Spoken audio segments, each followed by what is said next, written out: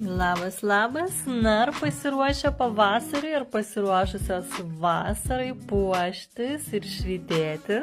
Šiandieną pas mus tokia karšta naujiena, kurios dar niekada nebuvo. Tai yra perluotė, tai yra moteriškumas, tai yra apsauga, tai yra klestėjimas, laimė ir viskas, kas susijęs su santykiais. Štai čia matote karamelinę perluotę, o čia yra aukščiau žalsvoji perluotė, didesnių karoliukų, primenanti grinai vasarą ir tokių skanių, švelnių, madingų spalvų. Sulauksi dėmesio ir klausimų, kasgi čia pas jūs ant rankos, būkit pasiruošusios.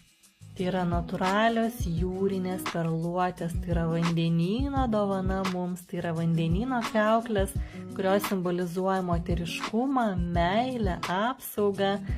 Ir šituose plačiose vandenynuose gimsta būtent vandens elementas ir dar siejamas yra su mėnuliu.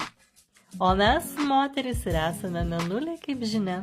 Todėl šie du elementai turi labai stiprią moterišką energiją ir galingą vandenyno jėgą. Moteris mes iš prigimties esame jautrios, ar ne?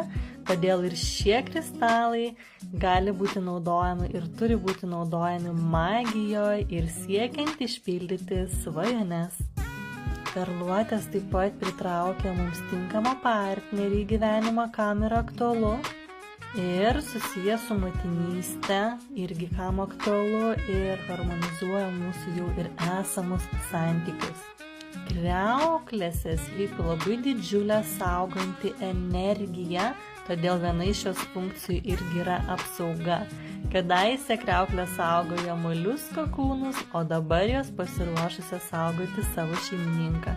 Nuo senų senovės jau gyvenantys žmonės pakrantėse kriauklės kabindavo ir ant langų, ir ant durų, ir ant sienų, kadangi tikėjo ir norėjo apsaugoti savo namus nuo nelaimių.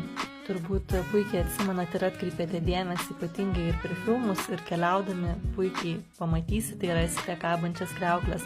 Kriauklės juvėrinius galėjo nešioti net vaikai. Vaikai beje jos labai mėgsta. Taip pat saugo vaikus, padeda nenuklysti nuo namų, išlikti saugiems ir sveikiems. Kristalus padedu parinkti ir vaikams, tik reikėtų, kad parašytumėte apie savo vaiką daugiau. Ir vaikučiai puikiai moka dar pajausti, dar turi stiprų ryšį su viso to, kogi jiems reikia. Perluotės apskritai, kadangi kilusios iš vandenyno, ar ne, jos padeda žmogui, savo šeimininkui turėti stiprų ryšį su gamta, atsiverti jos grožį ir turtą. Perluotė